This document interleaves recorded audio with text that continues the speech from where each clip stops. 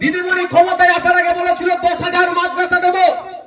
আপনারা খোঁজ নিয়ে দেখুন 10,000-এর 10টা তো দিয়ে দূরের কথা, 614টা যে শিক্ষা প্রতিষ্ঠান মাদ্রাসা ছিল এখন কটা পরিকাঠামো।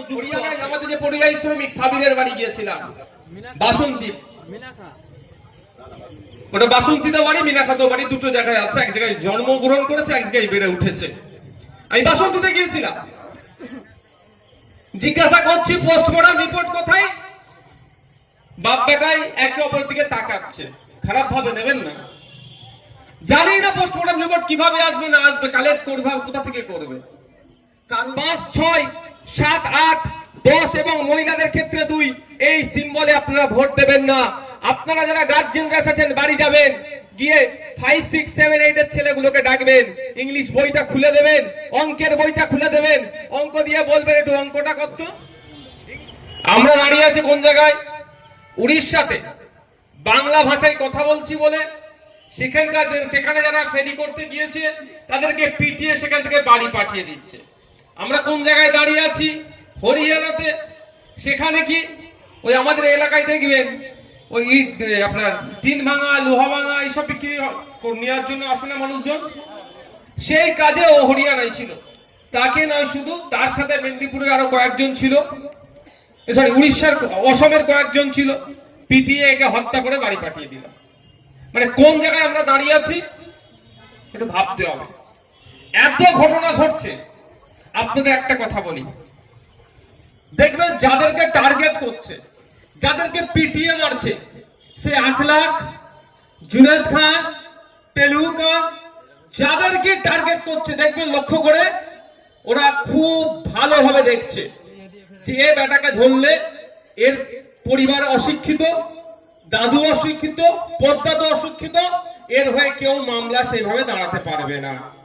আমার বলার কারণ হচ্ছে রাস্তাঘাটে কুকুর বিড়ালের থেকেও দুরবস্থার কারণ আপনি রাস্তায় একটা কুকুরকে বারাসাত শহরে গিয়ে পিটতে যান, যদি অন্যায় কাজ আমি বলবো 5 জন রেড়ে করে উঠবে, এই কেন মারছো। আর কিন্তু আপনাকে কেউ পিটিয়ে মেরে দিক, সে অর্থে তাকাচ্ছে না। কারণ এখানে অনেক বড় ডিফারেন্স আছে।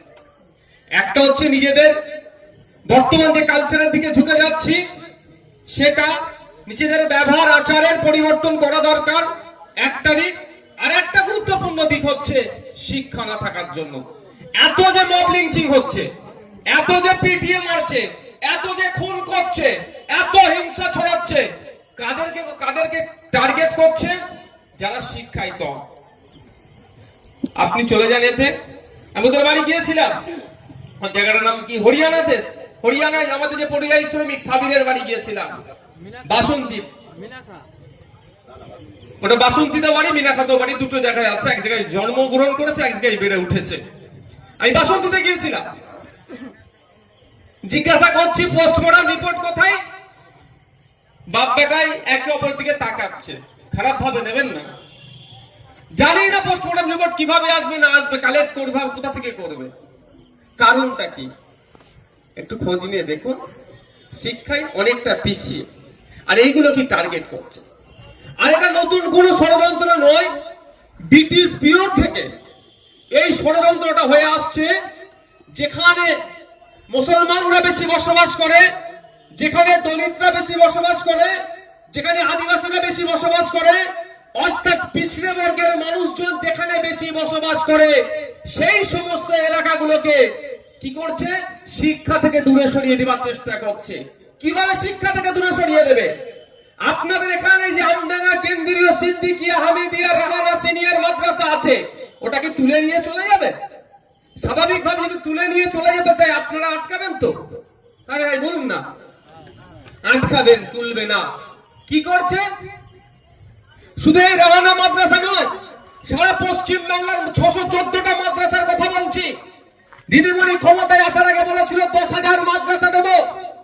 আপনারা খোঁজ নিয়ে দেখুন 10,000-এর 10টা তো দিয়ে দূরের কথা, 614টা যে শিক্ষা প্রতিষ্ঠান মাদ্রাসা ছিল এখন কটা পরিকাঠামো যুক্ত আছে। পরিকাঠামো যুক্ত মানে এই নয় নীল নীল সাদা রং করে দিল, হোস্টেল বড় বানিয়ে দিল, এটা পরিকাঠামো নয়। সামগ্রিক পরিকাঠামো, শিক্ষাদানের পরিবেশ, অর্থাৎ শিক্ষক কত আছে, ছাত্র কত আছে, এই রেশিও মেইনটেইন হচ্ছে কি হচ্ছে না। খোঁজ নিয়ে দেখবেন 614টা মাদ্রাসাতে প্রায় 10,000-এর উপরে শূন্য পদ আছে। অর্থাৎ এই শিক্ষা প্রতিষ্ঠানগুলোতে শিক্ষক না নিয়োগ করে এই শিক্ষা প্রতিষ্ঠানগুলোকে ধ্বংস করে দাও। শিক্ষা প্রতিষ্ঠানগুলোকে ধ্বংস করে দিলেই এরা কোথায় যাবে? কিছু হলেই ছুটে যাবে দাদা দিদির কাছে, নিজেদের আর ভালো খারাপের বিবেচনার জ্ঞান থাকবে না।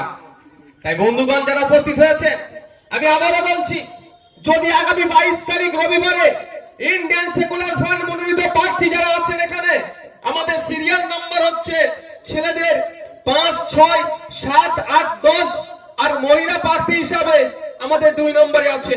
5 নম্বরে মোহাম্মদ ফারুকউদ্দিন মন্ডল সাহেব আছেন।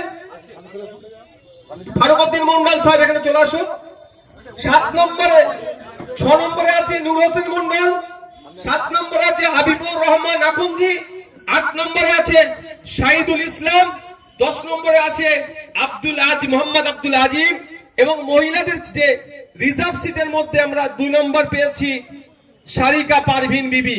আপনাদের কাছে অনুরোধ করব, আপনারা যদি চান এই শিক্ষা প্রতিষ্ঠানের শিক্ষার পরিকাঠামো ফিরিয়ে আসুক, ওই নীল সাদা রং করে দিলে হবে না।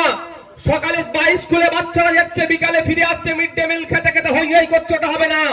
যদি বিশ্বাস না হয় হই হই করছে, আজকে এখানে যারা অভিভাবক আছে বাড়ি ফিরে যাবেন, আপনার বাড়ির 7-8 এর ছেলেটাকে ডাকবেন। যদি আমার কথা ভরসা না হয়, আমার কথা যদি মিথ্যা হয়, তাহলে আমাদের এই 5 থেকে 5, 6, 7, 8, 10 এবং মহিলাদের ক্ষেত্রে 2 এই সিম্বলে আপনারা ভোট দেবেন না। আপনারা যারা গার্জিয়ানরা এসেছেন বাড়ি যাবেন, গিয়ে 5, 6, 7, 8 এর ছেলেগুলোকে ডাকবেন, ইংলিশ বইটা খুলে দেবেন, অঙ্কের বইটা খুলে দেবেন, অঙ্ক দিয়ে বলবেন একটু অঙ্কটা করতো, ইংলিশ দিয়ে বলবেন একটা প্যারাগ্রাফ পড়তো। আমি এখানে চ্যালেঞ্জ করে বলে যাচ্ছি, রানা সিনিয়র মাদ্রাসা নয়, সমগ্র রাজ্যের কথা বলছি, এটা আমি 10টা ছেলে পাস করবে আর 90টা ছেলে ফেল করবে। কারণ কি? যারা অভিভাবক প্রতিনিধি নির্বাচনটা কি, এটা খাই নামাকে আগে মাথায় রাখতে হবে আপনাদের।